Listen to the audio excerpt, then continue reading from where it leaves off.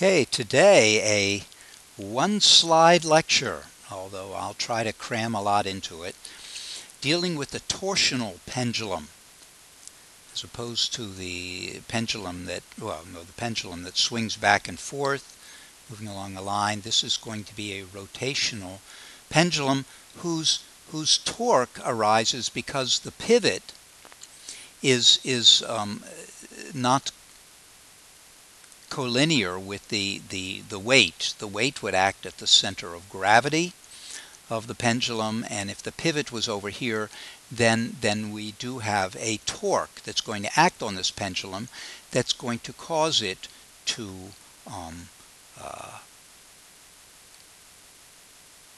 swing, to rotate, and we would love it to be that the torque was proportional to the angle that the pendulum is at. And it turns out that that's going to be true if we do it to small angles. Just the same issue that we got into when we were dealing with the regular pendulum.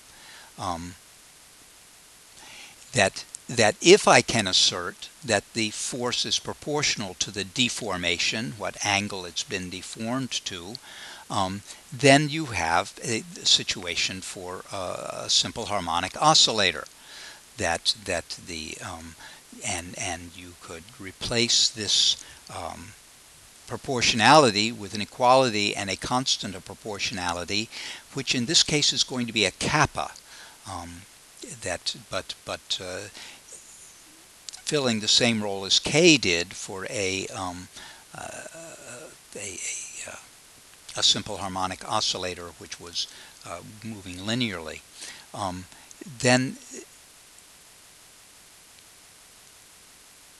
if I'll divide through by the I, and that's alpha for proportionality. This is alpha for angular acceleration, and that's equal to the second derivative of the angular position with respect to time.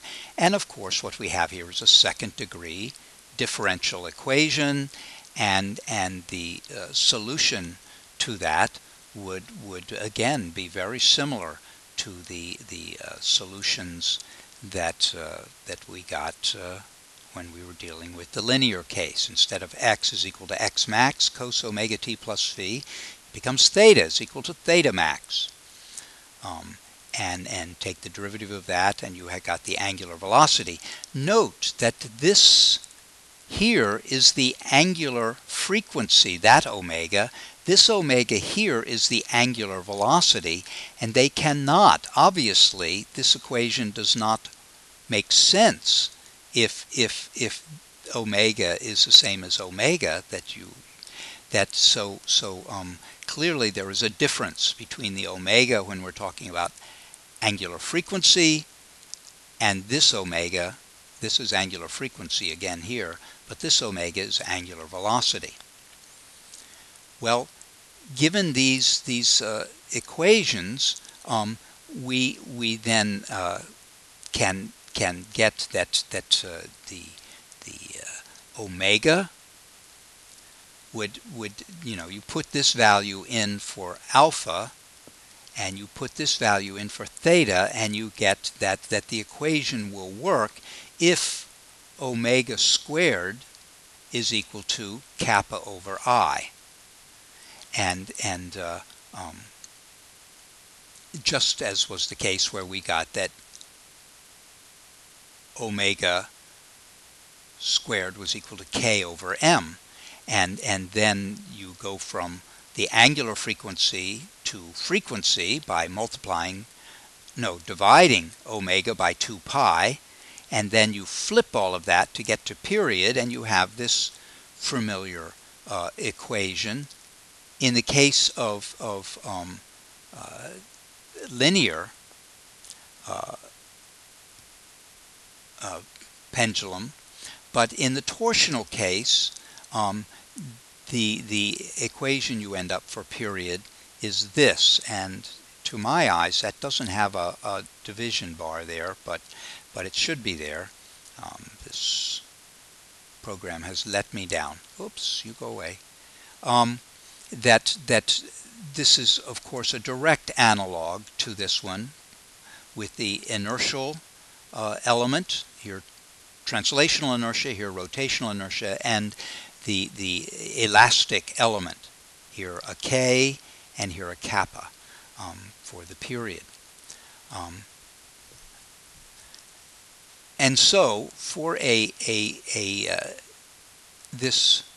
torsional pendulum, the period would be equal to minus kappa times the torque would be equal to minus kappa times that, and then this torque would be equal to this force mg times the arm, which we call h, times the sine of the angle between them. I need to draw. Oh, you went away, didn't you? I need to draw that for you. Excuse me while I get my act together. What color are we going to be? We'll be blue. That here would be the arm,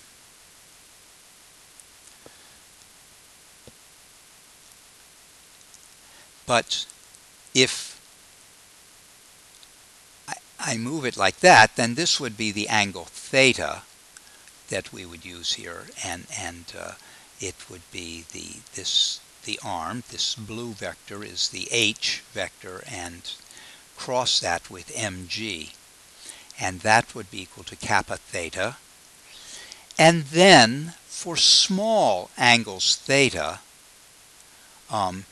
sine theta is approximately equal to theta, the same issue we had back when we were dealing with the linear case, that it only works for small angles, that I can rewrite this and get the torque, this quantity here, genuinely being proportional to theta. And in that case, kappa then is equal to mgh, where I have conveniently ignored the negative.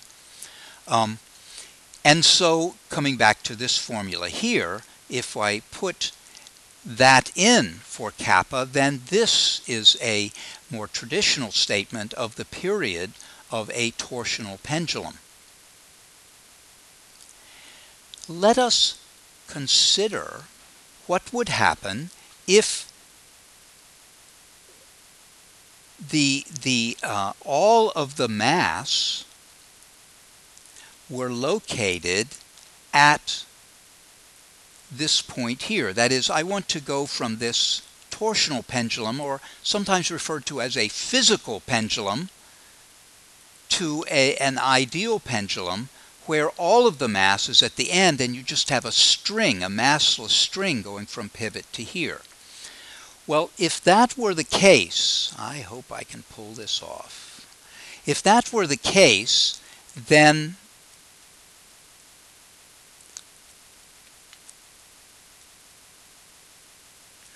this I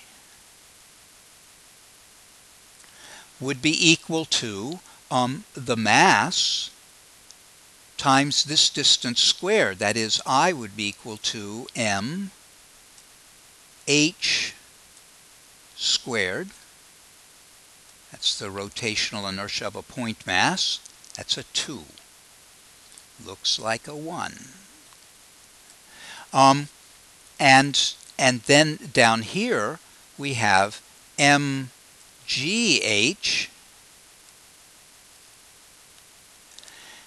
and you can see that this is going to simplify to be just h over g, which you may recall was the formula for the period of a ideal pendulum.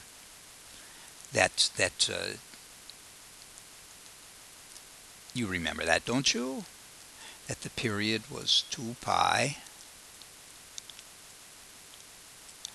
square root of L, we called it, instead of h, over g.